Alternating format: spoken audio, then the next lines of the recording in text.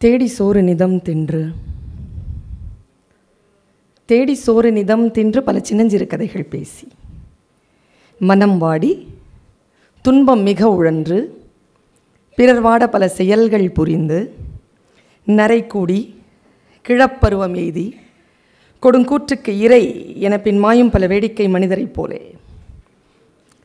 நானும் வீழ்வேன் என்று நினைத்தாயோ? என்னை சுடர்மிகும் அறிவுடன் படைத்து விட்டாய், வல்லமை தாராயோ இந்த மாநிலம் பயனுற வாழ்வதற்கு என்னும் மகாகவி பாரதியின் வார்த்தைகளை முன்வைத்து என்னை இந்த நிகழ்ச்சிக்கு வரவழைத்து இருக்கக்கூடிய அன்பு தோழியர் பார்வதி மற்றும் பூங்குழலி உள்ளிட்ட அனைத்து உறுப்பினர்களுக்கும் மனிதவள மேம்பாட்டு துறையிலே இளைஞர்களை உருவாக்கி கொண்டிருக்கக்கூடிய அன்பு நண்பர்கள் உள்ளிட்ட அவைக்கும் பணிவன்பான வணக்கம். இந்த உலகத்திலேயே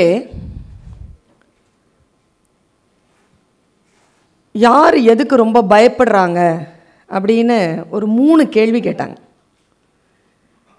3 கேள்வியில் முதல் கேள்விக்கு ஒரு 80 பேர் பதிலளித்தாங்க. 2வது கேள்விக்கு 60 பேர், 3வது கேள்விக்கு 98 பேர். முதல் கேள்வி, நீங்கள் எதுக்கு ரொம்ப பயப்படுறீங்க அப்படின்ன உடனே முதல் ஆப்ஷன் பாம்புக்கு, அடுத்த ஆப்ஷன் பேய்க்கு,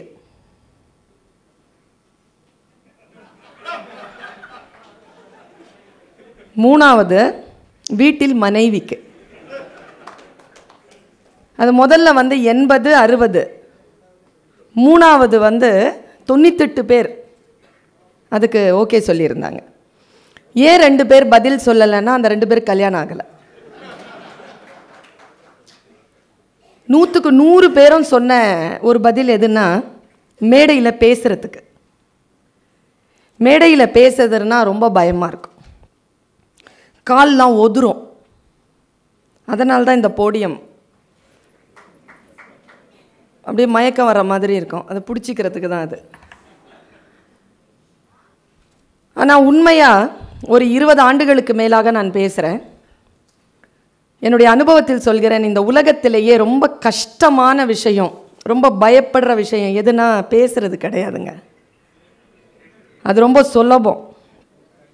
ரொம்ப கஷ்டமான விஷயம் நீங்கள் சொன்ன மாதிரி கேட்குறது தான். சில பேர் பேசுனா எங்கே வலிக்குதுன்னே தெரியாமல் உடம்பெல்லாம் வலிக்கும்.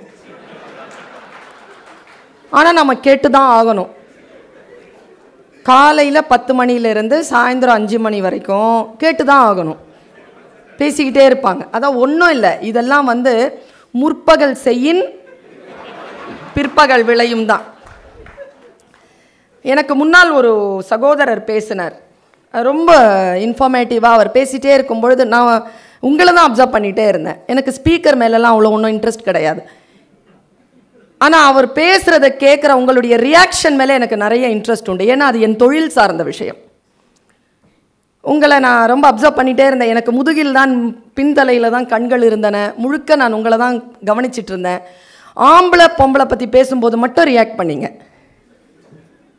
மற்ற விஷயங்களெல்லாம் கூர்ந்து கவனிச்சுக்கிட்டே இருந்தீங்க. இந்த உலகத்திலேயே என்னை பொறுத்த அளவில் எது ரொம்ப நுட்பமான விஷயம்னா இயந்திரங்களை மேய்ப்பதல்ல, மனிதர்களை மேய்ப்பது தான் இந்த உலகத்திலேயே மிக நுட்பமான விஷயம்.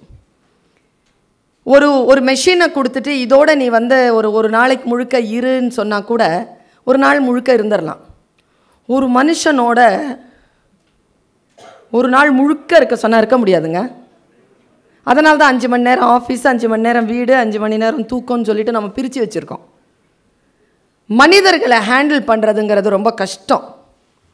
நீங்கள் எல்லோரும் மனிதவள அந்த மேம்பாட்டு துறையில் இருக்கிறீர்கள். நான் ஒரு 20-25 நிமிடங்கள் உங்களோடு பேச போகிறேன்.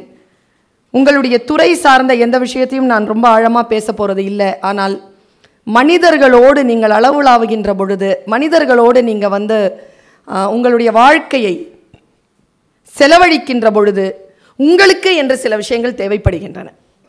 இதுவரைக்கும் பேசப்பட்டது எல்லாம் நீங்கள் யாரை நிர்வகிக்கப் போகிறீர்களோ அவர்களை குறித்த விஷயங்கள் தான் பேசப்பட்டு கொண்டிருந்தன. இப்போ உங்களுக்கான சில விஷயங்களை நான் பேச வந்திருக்கிறேன். ஒரு டாக்டர் பேஷண்ட்டை பார்த்துக்கிட்டே இருந்தால் எவ்வளவு தெரியுமா டார்ச்சராக இருக்கும். மற்றவர்களுடைய விஷயங்களை பார்த்து கொண்டே இருப்பது, மற்றவர்களுடைய விஷயங்களை கேட்டுக்கொண்டே இருப்பதற்கு சில தன்னை புதுப்பித்து கொள்ளுகின்ற ஒரு விஷயம் யாருக்கு வாய்க்கிறதோ அவர்கள்தான் சில துறைகளில் ஜெயிக்கிறார்கள். நம்மை நாமே தூர்வாரி கொள்ளுதல். இந்த ஸ்டூடெண்ட்ஸ் பற்றியெல்லாம் சொன்னாங்க. அவர் நிறைய சொன்னார். எக்ஸ்ட்ரா கரிக்குலர் ஆக்டிவிட்டீஸ்லாம் நீங்கள் அவங்கள மோட்டிவேட் பண்ணுங்கள். எப்படி மோட்டிவேட் பண்ணுறது? கரிக்குலம் எவ்வளோ டைட்டாக இருக்குது. எங்கே இருக்குது நேரம்? நேரமே கிடையாது. இன்டர்வியூ மட்டும் கொண்டாந்து நிறுத்திட்டு கேம்பஸில் மட்டும் ஏன் செலக்ட் ஆகலைன்றதுக்கு மட்டும்தான் நம்ம பதில் சொல்லணுமே தவிர அவங்களுக்கான நேரத்தை, அவங்களுக்கான ட்ரைனிங் ப்ரோக்ராம்ஸை நீங்கள் கொடுக்கின்ற பொழுது அதற்கான நேரத்தை எத்தனை இன்ஸ்டிடியூஷன்ஸ் கொடுத்துருது? கொடுக்கறதுக்கு வாய்ப்பே கிடையாது. ஏன்னா நானும் ஒரு காலேஜில் நான் ரிசோர்ஸ் பர்சனாக நான் ஹெச்ஆர் பர்சனாக இல்லை, நான் லெக்சரராக இருக்கிறேன், ப்ரொஃபஸராக இருக்கிறேன். எனக்கு அந்த பிரச்சனைகள் தெரியும். நேரம் ரொம்ப நெருக்கடியான சூழ்நிலையில் நம்மை நாம் நிர்வகித்து கொள்ளாமல் நம்முடைய இலக்கை நாம் அடைந்து விட முடியாது. நம்மை எப்படி நாம் தூர்வாரி கொள்ளுவது? எப்பவுமே நான் ஒரு விஷயம் சொல்கிறேங்க. ஸ்கூல் டீச்சருக்கும் காலேஜில் இருக்கக்கூடிய உங்களை மாதிரியான ஆட்களுக்கும் இல்லை என்ன மாதிரியான ஆட்களுக்கும் இருக்கக்கூடிய ஒரே வித்தியாசம், ஸ்கூலில் டீச்சர்ஸ் அல்லது நம்மை போன்றவர்கள் பிள்ளைகளை செதுக்குகிறார்கள். ஆனால் கல்லூரிகளில் பிள்ளைகள் நம்மை பார்த்து தன்னை செதுக்கிக் கொள்கின்றன. நம்மை பார்க்கின்றன. அவை நம்மை பார்த்துதான் அவர்கள் தன்னைத்தானே செதுக்கிக் கொள்கிறார்கள். அவர்களிடத்தில் ஏதேனும் குறைபாடுகள் இருக்கின்றன என்றால் நம்முடைய அசைவுகளில் ஒரு சிறு மாற்றத்தை கொண்டு வருவதன் மூலமாக முன்னால் இருக்கின்ற குழந்தைகளிடத்தில் மிகப்பெரிய மாற்றங்களை கொண்டு வரலாம் என்பது நான் அனுபவ ரீதியாக கண்டிருக்கக்கூடிய உண்மை. ஒரு 7th ஸ்டாண்டர்ட் சைல்டு ஒரு கவுன்சிலிங்க்கு வந்திருந்தாங்க. நல்லா படிக்கிற பிள்ளை, இங்கிலீஷும் மேத்ஸும் படிக்க மாட்டேங்கிறான். ஏன் படிக்க மாட்டேன்? நான் படிக்க மாட்டேன்னு சொல்கிறா. ஏன்னு சொன்னால் 3 காரணம் சொல்கிறா. ஏன் படிக்கணும் அப்படின்னு கேட்குறா. ஃபஸ்ட்டு, படித்தாதாம்மா பாஸ் பண்ண முடியும், எனக்கு தேவையில்லை. ஏன்? உனக்கு டீச்சர் பிடிக்கலையா? ஆமாம். டீச்சரில் என்ன பிடிக்கல? நம்பர் 1 அவ சொன்னதுங்க, டீச்சர் அழகாக இல்லை. அந்த குழந்தை சொல்கிறதுங்க, டீச்சர் அழகாக இல்லை. சரி, அழகாக இல்லைனாலும் பரவாயில்ல, ஒழுங்காக ட்ரெஸ் பண்ண மாட்டேங்கிறாங்க. 3, அவங்க வாய்ஸ் எனக்கு பிடிக்கல. அந்த குழந்தை சொன்ன பதிலுங்க, ஒரு குழந்தை மென்டலி டிஸ்டர்ப் ஆகுது. ஒரு டீச்சரனுடைய அப்பியரன்ஸ், ஒரு டீச்சரனுடைய முகம், ஒரு டீச்சரனுடைய வாய்ஸ் அதுக்கு பிடிக்கல. ஸ்கூலை தான் மாற்றணும்னு சொன்னால் அந்த இடத்துலையும் அந்த மாதிரி ஒன்று வந்துருச்சுன்னா என்ன பண்ண முடியும்? இன்றைக்கு குழந்தைகளுடைய ரெக்குவயர்மெண்ட்ஸ், அவர்களுடைய தேவை வித்தியாசமாக இருக்கிறது. நான் இப்படி சொல்கிறேங்க, நம்மை நாம் சில விஷயங்களில் தெளிவுபடுத்தி கொள்ளாமல் நாம் மனிதர்களை ஹேண்டில் பண்ணவே முடியாது. நாம எப்படி ஹேண்டில் பண்ணுறது பாருங்கள். சில சிந்தனைகளை உயிர்ப்புடன் வைத்துக் கொள்வதன் மூலமாக முன்னால் இருக்கின்ற மனிதர்களை முழுமையாக நம்மால் அளவிட்டு விட முடியும். நாம் நினைக்கின்ற இலக்கிற்கு அந்த குழந்தைகளை நகர்த்திவிட முடியும். நாம முதல்ல சில விஷயங்களை தெளிவாக இருக்கணும். நம்முடைய அந்த தெளிவு என்பது, நான் இப்போ இப்படி சொல்கிறேன் பாருங்க, நம்முடைய ப்ரொஃபஷன் அப்படிங்கிற ஒரு விஷயத்தில் மிக முக்கியமானது சிந்தனை.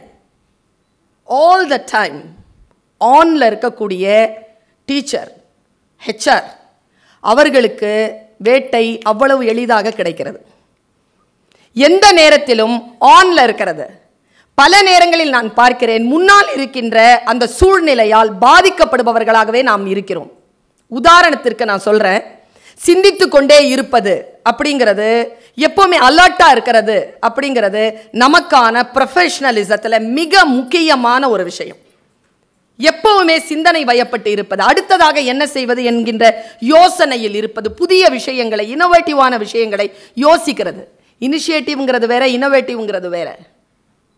இன்னோவேட்டிவான விஷயங்களில் இருப்பது, அதை இனிஷியேட் பண்ணுறதுக்கான வல்லமையுடன் இருப்பது, நம்முடைய பாடி லாங்குவேஜ், நம்முடைய லாங்குவேஜ், நம்முடைய அசைவுகள், நம்முடைய பார்வை, இது எல்லாம் தான் முன்னால் இருக்கின்ற குழந்தைகளை அலர்ட்டாக்கி அது நாம் என்ன இலக்கை நோக்கி நகர்த்த விரும்புகிறோனோ அந்த இலக்கை நோக்கி அதை செலுத்தி விடலாம். பாருங்க, சிந்தனை என்பது எவ்வளவு உயர்ந்த விஷயம்னு நான் சொல்றேன் பாருங்க.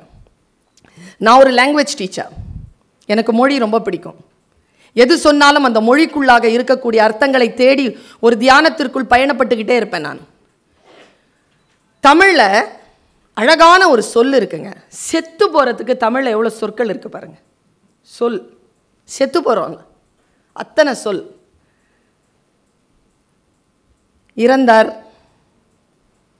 மரணமடைந்தார், உயிர் நீத்தார், தெய்வமானார், இயற்கை எய்தினார். சபாஷ், என்ன அழகுங்க. இயற்கை எய்தினார் பாருங்களேன். இங்கிலீஷ் பாஸ்ட் அவேன்னு சொல்லுது, தமிழ் தான் எங்கே போனான்னு சொல்லுது.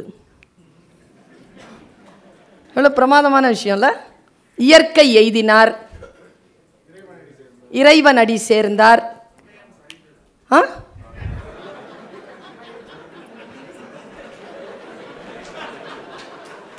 அதாவது இந்த மாதிரியான ஆட்களை நோட் பண்ணி வச்சுக்கணும். ஏன்னா ஒருத்தர் தன்னுடைய தாத்தாவுக்கு 97 வயசுல இது அடிச்சிருக்கான் போஸ்டர். என் தாத்தா 97வது வயதில் அகால மரணமடைந்தார். ஒருத்தன் கூப்பிட்டு கேட்டான், சின்ன வயசுல செத்து போறது தாண்டா அகால மரணம், 97 வயசுல சாவறது எப்படி அகால மரணம்னு கேட்டான். அவன் சொன்னானா, போற வயசுல இல்லாம கடந்து போறதும் அகால மரணம் தான். அவர்லாம் அந்த கேட்டகிரி. இயற்கை இமயம் சரிந்தது, ஓகே, அதை கூட வச்சுக்கலாம். நான் தமிழ் படித்தவள். எனக்கு ரொம்ப பிடித்தமான இன்னொரு சொல் காலம் ஆனார். காலமானார், டைமா மாறிட்டாருங்க. எவ்வளோ அற்புதம். நீங்கள் யோசிச்சு பார்த்தீங்கன்னா அது தியானத்திற்குரிய ஒரு சொல். எல்லா சொல்லையும் தூக்கி சாப்பிட்ற ஒரு சொல்ல சொல்கிறேன். அது அவர் சொன்ன மாதிரியான ஒரு குறியீட்டில் வரும். எல்லோருக்கும் சொல்லிவிட முடியாது அந்த சொல்லை, ஒரு குறிப்பிட்டவர்களுக்கு தான் சொல்ல முடியும். லெனின் இறந்தான். அவன் தோழன் அன்று மாலையில் பத்திரிகையில் தன் நண்பன் இறந்ததை பதிவு செய்தான். எப்படி பதிவு செய்தான் தெரியுமா? காலை இத்தனை மணி அளவில் என் தோழன் லெனின் சிந்திப்பதை நிறுத்தி கொண்டான் என்று எழுதினான். சிந்திப்பதை நிறுத்தி கொள்ளுதல் தான் மரணம். மார்க் வாங்கிறது இல்லைங்க வாழ்க்கை. அவர் சொன்னார்ல, ரொம்ப அழகா சொன்னார், 60% வாங்கினாலே போதும்னு. அது கூட ஜாஸ்தி தான் சார். இந்த ஃபஸ்ட் கிளாஸுங்கிற ஒரு விஷயம் தொக்கி நிற்குது. நான்லாம் 58% தான். என் கிளாஸில் ஃபஸ்ட்டு மார்க் வாங்கினவ, ஃபஸ்ட்டு ரேங்க் வாங்கின சத்யபாமா எங்கேன்னு தெரில. இதோ இந்த 42 வயசு எனக்கு. 29 நாடுகளுக்கு போயிட்டு வந்துட்டுருக்கேன். உலகமெல்லாம் போகிற ஒரு பல்கலைக்கழகத்துக்கு கீழே ஒரு பேராசிரியராக இருக்கிறேன். PhD முடிச்சிருக்கிறேன். என்னுடைய சம்பளம் மோடி கவர்மெண்ட்டுக்கு பயமுறுத்துகிற சம்பளம். என்னுடைய ஒரு பேச்சுக்கான சம்பளமே. மார்க் ஒரு பெரிய விஷயமே இல்லை. இன்னொரு விஷயம் சொல்கிறேன், ஆஸ் எ டீச்சர் நான் சொல்கிறேன், பதில் சொல்கிறது இல்லை கல்வி. எல்லாரும் சொல்கிறாங்க நல்ல பதில் கொடுத்தா நல்ல புள்ள. எந்த குழந்தை கேள்வி கேட்குதோ அந்த குழந்தை தாங்க நல்ல புத்திசாலியான குழந்தை. பதில் சொல்லுகின்ற குழந்தைகளை அப்புறப்படுத்தி கேள்வி கேட்கக்கூடிய பிள்ளைகளை கையில் எடுப்பது நம்முடைய சிஸ்டம். அப்படி இருக்கு. கேள்விகள் கேட்பது why not, இந்த 2 கேள்விகள். ஏன் இப்படி இருக்கு, ஏன் இப்படி இருக்கக்கூடாது, இந்த 2 கேள்விகள் தான் இன்றைய இளைஞர்களிடத்தில் நான் வரவேற்கக்கூடிய ஒரு விஷயமாக நான் பார்க்குறேன். ஆனால் அவர் ஒரு பெரிய ஒரு அடாலசன்ட் அந்த ஏஜுக்கான ஆண்களுக்கான ஒரு சிக்கலை சொன்னார். எனக்கு ரொம்ப பிடிச்சது. அந்த ஆண்கள் கம்யூனிகேட்டிவ் ஸ்கில்ஸில் ரொம்ப பின்தங்கி இருப்பதற்கான காரணம் அவர்களுடைய பாலியல் சிந்தனையில் இருக்கக்கூடிய தடை. இது ஒரு HR கண்டுபிடிச்சிருக்காரு பாருங்க. அவரால் தானே முடியுது. அது ஆம்பளைங்களும் பொம்பளைங்களும் தனித்தனியாக பிரித்து போடுங்க, அதுங்க ஒழுங்காக பண்ணோன்னா இதுங்க லோ ப்ரொஃபைலில் போயிடுது, அது ஹை ப்ரொஃபைலில் போகுதுன்னா அப்போ இது ஜெயிக்கிறதுக்காக காரணம் என்ன, இது தோக்கிறதுக்காக காரணம் நான் தெரிஞ்சு போயிடுச்சுன்னா சிஸ்டத்தில் சில மாற்றங்களை நாம் கொண்டு வரலாம். ரொம்ப நல்ல வேலை பண்ணியிருக்கிறீங்க. யோசிச்சு பாருங்க, பிள்ளைகளிடத்தில் சில விஷயங்களை சொல்லித்தாருங்கள். அவர்கள் மிகவும் வேகமாக இருக்க வேண்டும். இன்றைக்கு ரொம்ப ஸ்லோ பேஸ்லாம் ஒன்றுத்துக்கும் உதவாது. நிதானமாக இருக்கலாம், ஆனால் ஸ்லோவாக இருக்க முடியாது. நான் ஒரு படம் பார்த்தேங்க. நம்ம குழந்தைகளுக்கு படம் பார்க்க தெரியல. நம்ம குழந்தைகளுக்கு மட்டும் இல்லை, நமக்கும் படம் பார்க்க தெரியல. படம் பார்க்க தெரிஞ்சதுன்னா தமிழ் படங்கள் வெற்றி அடையுமா? நம்ம நாட்டில் உலக சினிமாவை நாம் பார்க்க கற்றுக் கொடுக்கவில்லை. ஒரு குழந்தை 5 வயசுல வாழைப்பழம் சாப்பிட தெரியாம செத்து போயிருக்குங்க. குழந்தை வாழைப்பழம் சாப்பிட தெரியாமல் செத்து போயிருக்கிறது. அப்படித்தான் படம் பார்க்க தெரியல நமக்கு. நல்ல விஷயங்கள் எது என்று தேடி கண்டுபிடிக்க தெரியல. ஒரு விஷயத்தை பார்க்கின்ற பொழுது இல்லை இது பொய் என்று சொல்ல தெரியல நமக்கு. சத்தியத்தை நமக்கு பேச தெரியல. அதற்கான வல்லமையை நாம் தரல. ஒரு விதமான அச்சுறுத்தலில் இருக்கிறோம். என்கிட்ட கேட்குறாங்க, நீங்கள் எப்படி தைரியமாக சில விஷயங்களை அடித்து பேசுறீங்க? பெறுவதற்கும் இழப்பதற்கும் முன்னிடத்தில் எனக்கு எதுவும் இல்லை என்கின்ற ஞானம் என்னை வந்து சேர்கின்ற பொழுது என்னுடைய சொல்லில் சத்தியம்தான் வரும். ஒரு கூடை கும்பிடு வராது. ஒரு பையன்கிட்ட கேட்டாங்க, உனக்கு கிடைக்காம இந்த ஜாப் இன்னொருத்தனுக்கு கிடைச்சா என்ன பண்ணுவேன்னு. யோசிப்பேன் சார், இதுதான் என்னுடைய இலக்கு. கொஞ்சம் பதட்டமாவேன், கொஞ்சம் அப்செட் ஆவேன். இன்னொரு பையன் சொன்னான், இந்த கம்பெனி கொடுத்து வச்சது அவ்வளோதான் நினைப்பேன் சார் அப்படின்ட்டான். இன்னொருத்தன் ஆட்டிடியூட் சொன்னார்ல, ஆட்டிடியூட்னு ஒரு அட்வர்டைஸ்மெண்ட் வருது, முடிஞ்சா பாருங்க. அதை என்னம்மா சிந்திக்கிறாங்க இங்கே யாராவது 35 அபோலாம் இருக்கிறீங்களா? உங்களை விட உங்கள் ஸ்டூடெண்ட்ஸ் ரொம்ப நல்லா சிந்திக்கிறவங்க தெரியுமா உங்களுக்கு? நம்மளை விட நம்ம ஸ்டூடெண்ட்ஸ் ரொம்ப நல்லா சிந்திக்கிறவங்க. உதாரணத்துக்கு இப்போ நம்ம எல்லாரும் சேர்ந்து 10th ஸ்டாண்டர்ட் எழுதுனா ஃபெயில் ஆயிடுவோம். 12th எழுதுனா முடிஞ்சு போச்சு கதை. அந்த சப்ஜெக்டில் மட்டும்தான் பாஸ் பண்ண முடியும். அவன் ரொம்ப நல்லா சிந்திக்கிறாங்க.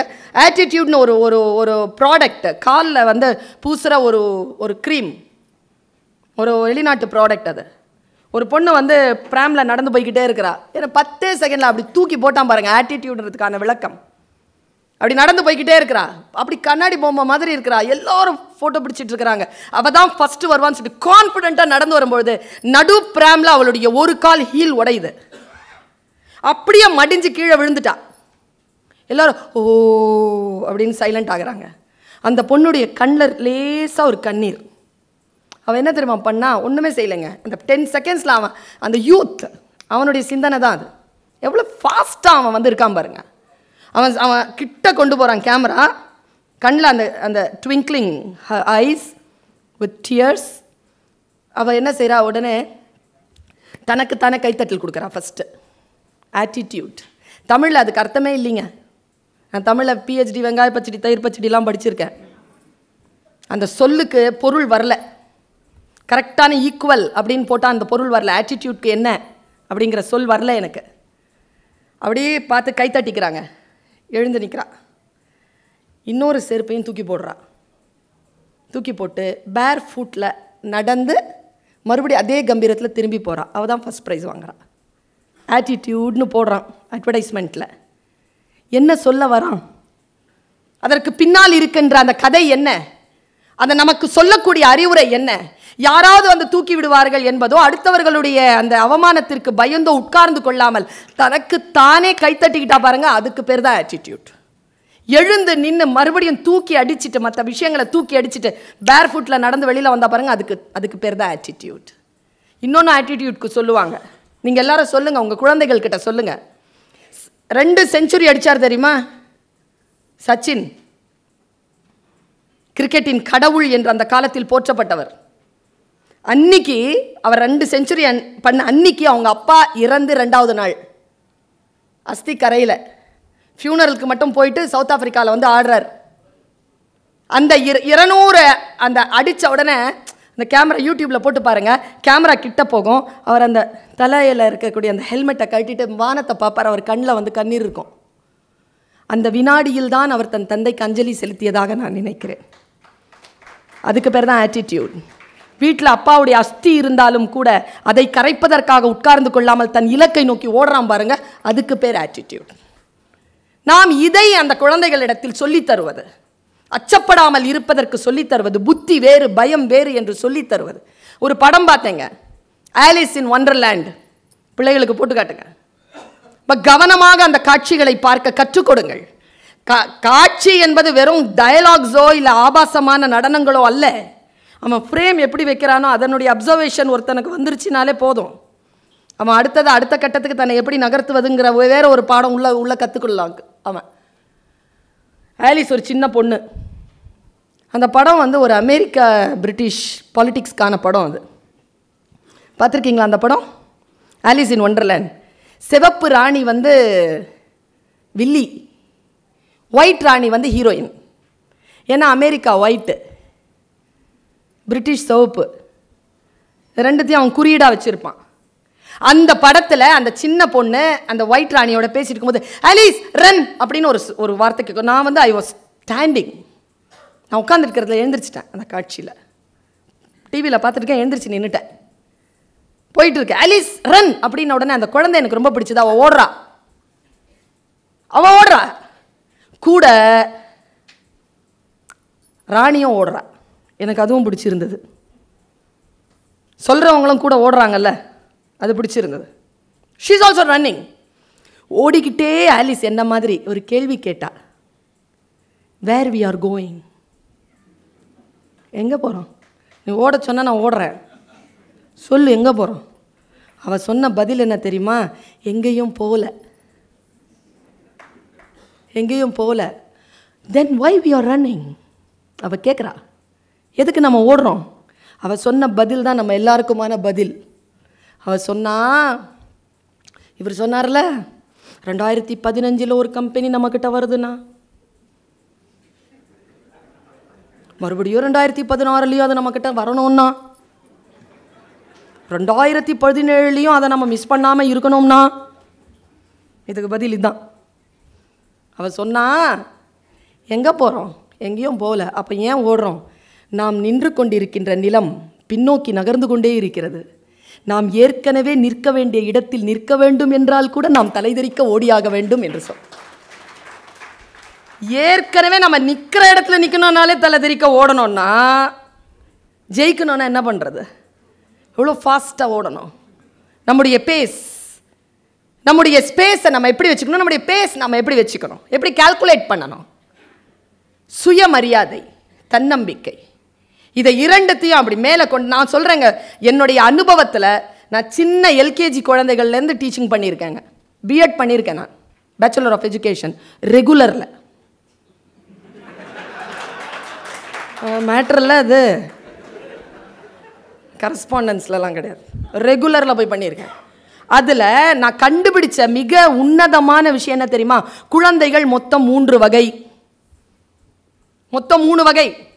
ஒன்று புத்திசாலி, ஃபஸ்ட்டு மார்க் வாங்கும், என்ன சொன்னாலும் புரிஞ்சுக்கும், நம்மக்கிட்ட திட்டே வாங்காது, தப்பு பண்ணாலும் தப்பு பண்ணாத மாதிரி நடித்து தப்பிச்சிடும், இது புத்திசாலி. அடுத்தது திறமைசாலி, என்ன மாதிரி நல்லா பாடும், பேசும், நிறைய ப்ரைஸஸ் கொண்டு வரும், எது சொன்னாலும் அதுக்கு வேறு மாதிரியான டெஃபினிஷன் கொடுக்கும், திறமைசாலி. இது ரெண்டுமே இல்லாத ஒரு கிளாஸில் 30 பேர் இருக்கிறாங்கன்னா 5 பேர் புத்திசாலி, 2 பேர் திறமைசாலி. இப்போ மீதி 23 இருக்குது, அது ஒரு கேட்டகரி இருக்குது. அதைத்தான் நம்ம அடையாளம் கண்டுபிடிக்கணும். இப்போ நீங்கள் ஹெச்ஆர்லாம் இருக்கிறீங்கல்ல, இந்த புத்திசாலிகளையும் திறமைசாலியும் கண்டுபிடிக்கிறது நம்ம வேலை இல்லை, அது ஏற்கனவே இருக்குது. இந்த மீதி இருக்கிற அந்த 23 இருக்குதுல்ல, அது யாருன்னா இந்த புத்திசாலிகளையும் இந்த திறமைசாலிகளையும் நிர்வகிக்க போகின்ற நிர்வாகிகள். அவங்க தான் சைலண்டாக இருப்பாங்க, தான் என்ன ஆக போகிறோன்றது தெரியாமல் இருப்பாங்க. ஆனால் அவர்கள் தான் நம்மை நிர்வகிக்க போகின்ற, நமக்கு சம்பளம் தருகின்ற நிர்வாகிகளாக போகிறவர். ஏன்னா திறமைசாலியும் புத்திசாலியும் நிறைய சம்பாதிக்கும், நிர்வாகிகள் தான் நிறைய சம்பளத்தை கொடுக்கும். நிறைய சம்பளத்தை கொடுக்கக்கூடியவர்களாக அந்த குழந்தைகளை மாற்றுவது, அந்த குழந்தைகளை அடையாளம் காண்பது, அது எவ்வளவு பெரிய பேரு தெரியுமா? சுயமரியாதையுடன் எழுந்து நிற்றார். நான் ஒன்று சொல்கிறேங்க, ஆங்கிலம் பேச வராதுங்க நிறைய குழந்தைகளுக்கு, தெரியாது அவங்களுக்கு. ஏன் தெரியாதுன்னு? நம்ம சிஸ்டம் அப்படி, நம்முடைய சிஸ்டம் அப்படின்னா அவங்களுக்கு வராது. நான் என்ன சொல்கிறேன், வராது அப்படிங்கிற சொல்ல மாற்றுங்க. தெரியாது அப்படின்னா பரவாயில்ல, வராதுன்னு சொல்லக்கூடாது. இப்போ எனக்கு லாரி ஓட்ட தெரியாது, ஆனால் வராது இல்லை, கற்றுக்குனா வந்துடும். நான் கற்றுக்கொள்வதற்காக இப்படி எழுந்திருச்சு நிற்கணும். கற்றுக்கொள்வதற்கான வாய்ப்பை குழந்தைகளுக்கு அந்த கான்ஃபிடன்ஸ் லெவலை அப்படி மேலே ஏற்றி அந்த குழந்தைகளை கான்ஃபிடென்ட்டாக ஆக்கிடுங்களேன். இந்த மாதிரி ஆட்கள் கூடையில் அள்ளி போட்டு போயிடுவாங்க. கான்ஃபிடன்ஸ் தான் முக்கியம். நான் எப்படி இருக்கிறேன் பாருங்க. இந்த கான்ஃபிடன்ஸ்க்கு லேர்னிங் அப்படிங்கிற ரொம்ப முக்கியம். ஆட்டிடியூடுங்கிற நம்ம சொல் பார்த்தோம். அடுத்த சொல் எனக்கு ரொம்ப பிடித்தமான சொல் டிசிப்ளின். டிசிப்ளின். உடனே டீச்சர் ஆன உடனே நீ டிசிப்ளின்னு சொல்றியா அப்படின்னு கேட்காதீங்க. டிசிப்ளின்ங்கிறதுக்கான தமிழ் சொல் அப்படின்னா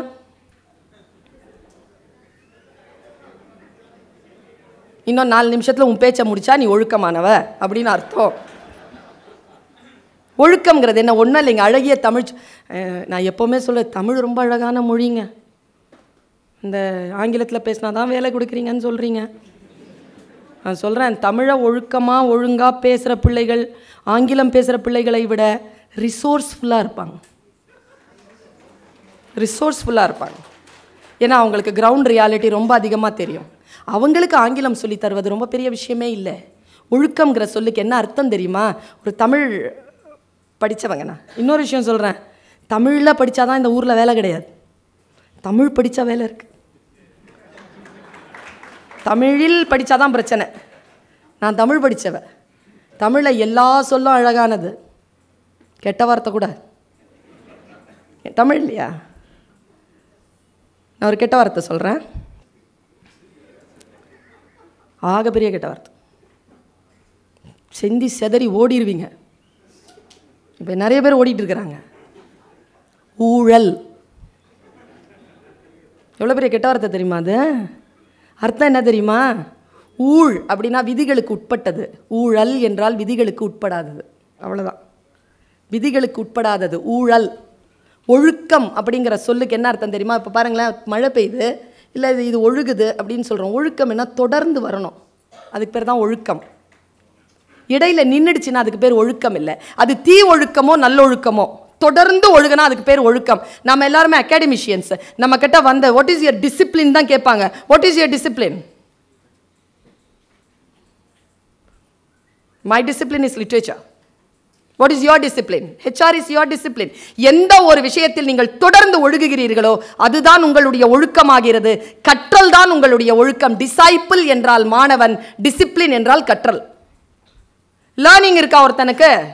எதுனாலும் கத்துக்கிறானா ஒருத்தன், அவன் வாழ்க்கையில் ஜெயிக்க பிறந்தவன். அவனை அப்படி அப்சர்வ் பண்ணிக்கோங்க. ஐயா சொன்னது மாதிரி ரொம்ப அழகாக சொன்னார். வீடு பக்கத்தில் இருந்தால் அங்கே தான் வேலைன்னு சொல்லி கேட்பாங்களே. எங்கள் ஊர்லையா, சென்னையில் சைதாபேட்டில் பிறப்பான், கிண்டியில் படிப்பான், குரோம்பேட்டையில் கல்யாணம் பண்ணுவான், கனமாப்பேட்டையில் வந்து படுத்துருவான். 3.5 கிலோமீட்டரில் வாழ்க்கை முடிஞ்சுது அவனுக்கு. பெயர்ந்து வரவே மாட்டான், எழுந்து வரவே மாட்டான். எழுந்து வருவது, ஒரு இடத்தை விட்டு அடுத்த இடத்திற்கு நகல்வது அப்படிங்கிற ஒரு ஆட்டிடியூட் நம்ம கிட்ட வரணும்னா கற்றலில் நமக்கு தாகம் இருக்க வேண்டும். குழந்தைகள் கிட்ட கற்றலில் தாகத்தை ஏற்படுத்துங்கள். லேர்னிங், இந்த கிளாஸ்ல வாத்தியார் சொல்லி தராங்கல்ல, அதை படிக்கிறது அல்ல learning. Learning is something different. சாக்ரட்டிஸ்னு ஒருத்தர் இருந்தார், தெரியும் தானே? விஷம் கொடுத்து சாவடிச்சிட்டாங்களே. விஷம் குடிக்கிறதுக்கு முன்னால் நடந்துக்கிட்டே இருந்தார் அந்த மனுஷன்.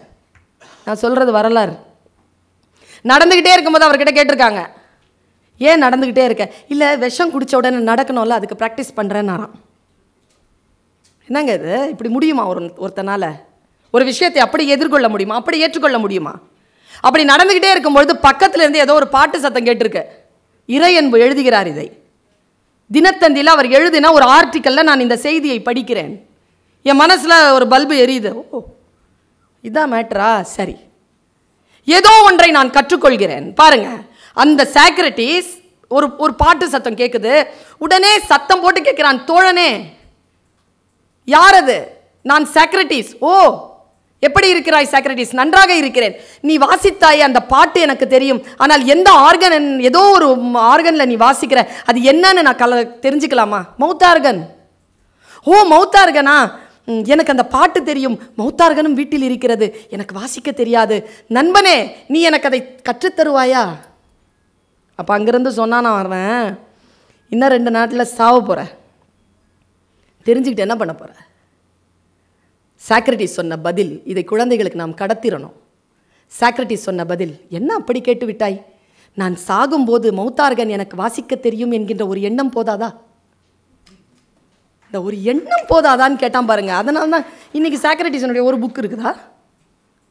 ஒரு தத்துவம் சொல்லுங்க, சாக்ரட்டிஸனுடைய ஒரு தத்துவம். இதாங்க சாக்ரட்டிஸ். சிறிய சிறிய கேள்விகளை எழுப்பியவன் சாக்ரட்டிஸ். ஏன் இந்த எண்ணம் போதாதான் நாங்கள அந்த அந்த எண்ணம் போதாதா என்கின்ற அந்த கேள்விதான் உயர்ந்த நிலையில் இருந்த அதிகார கதவுகளை அசைக்க வைத்தது. யோசித்து பார்த்தால் ஒன்று மட்டும்தான் உண்மை தோழர்களே, கற்றுக்கொண்டே இருத்தல், வாழ்க்கையை நேர்மையாக சந்தித்தல், உழைப்பதற்கு தயங்காமல் இருத்தல், நேர்மையாக இருத்தல், புத்தி கூர்மையுடன் இருத்தல், விழிப்புணர்வு உணர்வுடன் இருத்தல். இதுதான் இந்த நேரத்தில் நம்முடைய குழந்தைகளுடைய ஆளுமை என்பது. நான் உலக நாடுகளை சுற்றி வருகிறேன். எல்லா நாடுகளையும் பார்க்க நம்முடைய குழந்தைகளிடத்தில் ரிசோர்ஸ் இருக்குங்க. அவங்க ரிசோர்ஸ்ஃபுல்லா இருக்கிறாங்க. ஆனால் அதை வெளிப்படுத்துவதற்கான தன்னம்பிக்கையோ மொழியோ அவர்களிடத்தில் இல்லை என்பதுதான் குறைபாடு. அது ஏன் இல்லைங்கிறத நான் சொல்லிட்டு போறேன். வேகமான காட்சிகளை பார்த்து பழகுகின்றவர்களால் நிதானமாக வாசிக்கவோ பேசவோ முடியாது. ரொம்ப வேகமான காட்சிகளை பார்த்து பழகிவிட்டார்கள். நிறைய சேனல்ஸ் இருக்கு, நிறைய விஷயங்கள் பார்க்குறாங்க, காட்சிப்படுத்தி கொண்டே போகிறார்கள். கற்பனைக்கு இடமில்லை. நீங்க எந்த அறிவியல் நிறுவனமாகவாவது இருந்து கொள்ளுங்கள், கற்பனை திறன் அற்றவர்களை நீங்கள் உங்களுடைய கம்பெனியில் எடுத்துட்டீங்கன்னா முடிஞ்சு போச்சு கதை. கற்பனை என்பது அறிவை விட புத்திசாலித்தை விட மேலானது. ஐன்ஸ்டீன் சொல்லுகிறார், knowledge imagination, imagination is more then knowledge என்று சொல்லுகிறார் ஐன்ஸ்டீன். நான் ஒரு செய்தியோடு நிறைவு செய்கிறேன். நம் குழந்தைகளிடத்திலும் சரி, நம்மிடத்திலும் சரி, சில வைராக்கியங்கள் இருக்கணும். எல்லாரும் ஓடிக்கொண்டு இருக்கக்கூடிய அந்த சூழலில் இருந்து கொஞ்சம் விலகி நின்று நாம் இந்த மனித வளத்தை செலுத்த வேண்டும் என்று நான் விருப்பப்படுகிறேன். ஏதோ ஒரு தப்பிதம் நடந்திருக்குங்க. 70s பிறந்தவங்களுக்கு பிறந்த குழந்தைகள், 80s பிறந்தவர்களுக்கு பிறந்த குழந்தைகளுடைய ஆட்டிடியூட்லாம் பாருங்களேன். Parental attitude and children attitude டோட்டலாக வித்தியாசமாக இருக்குது. ஒரு 15 வருஷத்திற்கு முன்னால் இருந்த ஆட்டிடியூட் இன்றைக்கு ஸ்டூடெண்ட்ஸ் கிட்ட இல்லை. இந்த பெரியவர்கள் எல்லாம் கேட்டு பாருங்க. இந்த பெரியவர்கள் எல்லாம் சொல்லுவார்கள், எங்க காலத்தில் இருந்த ரிசோர்ஸ்ஃபுல்னஸ் இன்னைக்கு இல்லைன்னு. அப்படி கிடையாது. ஆட்டிடியூட் மாறி இருக்கு. அவர்களிடத்தில் நிறைய ரிசோர்ஸ்ஃபுல்னஸ் இருக்கு, ஆனால் அதை புரிந்து கொள்ளக்கூடிய மொழி நம்மிடத்தில் இல்லை. நான் ரொம்ப வருத்தப்பட்டு இதை சொல்றேன். ஒரு குழந்தையினுடைய, ஒரு இளைஞனுடைய மொழியை புரிந்து கொள்வதற்கான ஆற்றல் நம்மில் பல பேருக்கு இல்லை. அதனால் தான் பிள்ளைகளை நாம் தவற விடுகிறோம். மிக ஆழமான புத்திசாலியோடு அவன் இருக்கிறான், ஆனால் அதை அவன் வெளிப்படுத்துகின்ற முறையில் நாம் புரிந்து கொள்வதில்லை. நான் ஒரு செய்தியோடு நிறைவு செய்கிறேன். எனக்கு ரொம்ப பாதித்த ஒரு செய்தி. டிஸ்லெக்சியன்னு ஒருத்தங்க தெரியுமா உங்களுக்கு? அந்த அந்த கேட்டகரி உங்களுக்கு தெரியும், ஸ்லோ லேர்னர்ஸ். எங்கள் காலேஜ் இருக்கு இல்லைங்க, எஸ்ஐடி காலேஜில் நான் வேலை செய்கிறேங்க. 17 வருஷம் எனக்கு எக்ஸ்பீரியன்ஸ். எங்கள் காலேஜில் வலது பக்கத்தில், எங்கள் காலேஜ்குள்ளேயே தமிழ்நாட்டிலேயே 9 இடங்களில் இருக்குங்க டிஸ்லெக்சியன் சென்டர். அதில் நேஷ்னல் லெவலில் புகழ்பெற்ற சென்டர் சென்னையில் இருக்கக்கூடிய எஸ்ஐடியில் இருக்குது. 500 பிள்ளைங்க படிக்கிறாங்க. நானே பல பிள்ளைகளை அங்கே வந்து ரெக்கமெண்ட் பண்ணி சேர்த்துருக்கிறேன். அந்த ஸ்கூல் பிரின்சிபல் வந்து அன்றைக்கி என்னை கூப்பிட்டு, பர்வீன் நீங்கள் வரணும், இன்றைக்கி ஒரு சின்ன காம்படிஷன் இருக்குது, நீங்கள் எனக்கு ஜட்ஜாக இருக்கணும்னு சொன்னாங்க. எனக்கு அன்றைக்கி தெரியாதுங்க, சின்ன பிள்ளையா தெளிவான மனசோட, பால் மனசோட சரின்னு சொன்னேங்க. நான் என் டிபார்ட்மெண்ட்டுக்கு வலதுபுறத்தில் இருக்குது. அன்றைக்கி எனக்கு கிரகத்தில் வலதுபுறத்தில் சனி, அங்கே தான் இருக்குது அந்த கட்டடம். போனேங்க. என்ன காம்படிஷன் தெரியுமா? காம்படிஷன் வந்து கலரிங் காம்படிஷன். குழந்தைகள் காது கேட்காத, வாய் பேசாத குழந்தைகளும் அதில் இருக்காங்க. அவங்கள தேர்ந்தெடுத்து அவங்களுக்கு கலர் பென்சில் கொடுத்து கலர்ஸ் வரையணும். என்ன நினைக்கிறாங்களோ அது கலர்ஸாக வரையணும். சரியாக வரைஞ்சிருந்தால் அவங்களுக்கு ப்ரைஸ். 24 குழந்தைகள் பார்ட்டிசிபேட் பண்ணாங்க. நமக்கு தான் கொம்பு இருக்குல்ல, படிச்சிருக்கிறோம், பேராசிரியர், புத்திசாலி, உலகமெல்லாம் சுற்றுகின்ற பேராசிரியர், பேச்சாளர், எத்தனை கொம்புகள் இருக்குது தலையில். சாதாரண கொம்புகளா அது? நான் இந்த பீடம்னு ஒன்று இருக்குது பாருங்க. நீங்கள் உட்காந்துருக்கிற சேருக்கு பேர் பீடம். எல்லாரும் உட்காந்துட முடியாது. அதில் இந்த சேரில் எல்லாரும் உட்காந்துட முடியாது. ஒரு ஹெச்ஆர் தான் உட்கார முடியும். அந்த பீடம் இருக்குல்ல, அது நம்மளை பிடிச்சிக்கிச்சிங்கன்னா அதுக்கு பேர் பீடை. நம்மளை எந்த சேரும் பிடிக்கக்கூடாது, அப்படி தனியாக உட்காந்துருக்கணும். நம்மளை பிடிச்சிருந்துச்சு, பேராசிரியர் பேச்சாளர் அப்படிங்கிற பீடம் பிடிச்சிருக்குது நமக்கு. நான் 24 பேப்பரையும் பார்த்தேன். ஃபஸ்ட் ப்ரைஸ் யாருக்கு தந்தேன்னா, என்னங்க அந்த குழந்தைகளுக்கு விரல்கள் இருக்கு இல்லைங்க, விரல்கள் வந்து அவங்களுக்கு பிரச்சனைங்க. ஒரு குழந்தைக்கு எழுத வரலன்னா, திமிரில் எழுத வரலன்னு சொல்லிட்டு விரலில் முறிப்பாங்க இல்லைங்க, அதால் எழுத முடியாது. சிந்தனையும் விரலும் சிங்க்ரனைஸ் ஆகாது. நான் வந்து அதில் ஸ்பெஷலைஸ் பண்ணியிருக்கேன். I know the difficulties. அந்த அசஸ்மெண்ட் எனக்கு தெரியும். அந்த குழந்தை வந்து முட்டையாக எழுதும், இல்லைன்னா இப்படி திருப்பி எழுதும், 7 இப்படி போடும். நானே டிஸ்லெக்சியன் தான் 4th ஸ்டாண்டர்ட் வரைக்கும். எனக்கு அந்த பிரச்சனை தெரியும். டிஸ்லெக்சியன்ஸ் ஆர் நாட் குறைபாடு இல்லைங்க, அது குறைபாடு கிடையாது, அது மாற்று சக்தி. அது ஐன்ஸ்டீன் வந்து டிஸ்லெக்சியனுங்க, தாமஸ் ஆல்வா எடிசன் டிஸ்லெக்சியன் அப்படிங்கிறது வந்து அவங்களுடைய திறன் வேறு விதத்தில் அப்படி வெளிச்சமாக இருக்கும். அது புரியாது. புரிகிற அளவுக்கு அவர்களுக்கு ஒரு வயது வந்து நிற்கும். அப்பொழுது அவங்க எழுந்திரிச்சு நிற்பாங்க பாருங்கள், ஒரு காட்டுப்பூ மாதிரி. எந்த பூவும் பக்கத்தில் நிற்க முடியாது. அதான் டிஸ்லெக்சியன் ஸ்டூடெண்ட்ஸை நம்ம கண்டுபிடிக்கிறதுக்கான விதம் பாருங்கள். அந்த ஒரு குழந்தை வரைஞ்சிருக்குங்க, மரங்க, வேர்கள் எல்லாம் விரல்கள், அந்த விரல்களில் நிற்கிது மரம். பயங்கரமாகிடுச்சு எனக்கு அதை பார்த்து. First prize. ஒரு குழந்தை ஒரு குதிரை வரைஞ்சிருக்கு, வானத்தில் பறக்குது. குதிரைக்கு வந்து இது இருக்குது, விங்ஸ், அது கலர்ஸ். ஆடாடா, செகண்ட் ப்ரைஸ். தேர்ட் ப்ரைஸ் பார்க்குறேன், கிடைக்கவே இல்லைங்க. ஒரு வயல்வெளி, ஒரு புல், ஒரு வீடு மாதிரி வரைஞ்சிட்டு உருவி 3ஆம் ப்ரைஸ் கொடுத்துட்டு வந்துட்டேன். முன்னால் உட்காந்துருக்கேங்க, ப்ரைஸ் அனௌன்ஸ் பண்ணுறாங்க. பர்வீன் நீங்கள் வந்து கொடுங்க அப்படின்னு. சரின்னு நான் போனேன். ஃபஸ்ட் ப்ரைஸ்ன உடனே ஒரு குழந்தை வந்து அப்படி கம்பீரமாக வந்துச்சு. நமக்கு தெரியும்ல, லைவ் ஷோலெல்லாம் பார்த்துருக்கோமே. அந்த குழந்தைக்கு ஒன்றும் பிரச்சனை இல்லை அந்த ஃபஸ்ட் ப்ரைஸ் வாங்குறதில்ல. அவங்க ஆத்தாக்காரி நின்று புரண்டு அழுகுறா. ஃபஸ்ட் ப்ரைஸ் வாங்கிருச்சாமா அந்த குழந்தை. ப்ரைஸ் வாங்காத குழந்தைகளை அவங்க அம்மா அப்பா படுத்துகிற பாடு நான் பார்த்துட்ருக்குறேன். ஃபஸ்ட் ப்ரைஸ் வாங்கிருச்சு. செகண்ட், தேர்ட் ப்ரைஸ் வாங்கி நான் கீழே இறங்குறேங்க. இந்த மாதிரி 7 ஸ்டெப்பு இறங்குற 3ஆவது ஸ்டெப்லேயே ஒரு குழந்தை வந்து நின்றுட்டான். மிஸ், மை நேம் இஸ் அப்படின்னு அவன் பேரை சொல்கிறான். Okay, I am studying in 4th standard miss. Okay, where is my prize miss அப்படின்னா. அது பக்கத்தில் ஒரு அம்மா ஃபுல் மேக்கப். நம்ம இந்த பாலிமர் டிவியில் வடநாட்டு சீரியல்லாம் வரும்ல, அதில் இருக்கிற அம்மா மாதிரியே இருக்குது. அதுவும் வில்லத்தனமாக அந்த குழந்தைய பார்த்து ஆஸ்க்குங்குது. இவன் பிடிச்சிட்டான் என்ன, வேர் இஸ் மை, அதாவது ma'am miss I want prize miss அப்படின்னு சொன்னால் கூட பரவாயில்ல. Why I didn't get my prize மிஸ்னால் கூட பரவாயில்ல. அவன் என்ன கேட்குறான், வேர் இஸ் மை ப்ரைஸ்ன்னு கேட்குறான்.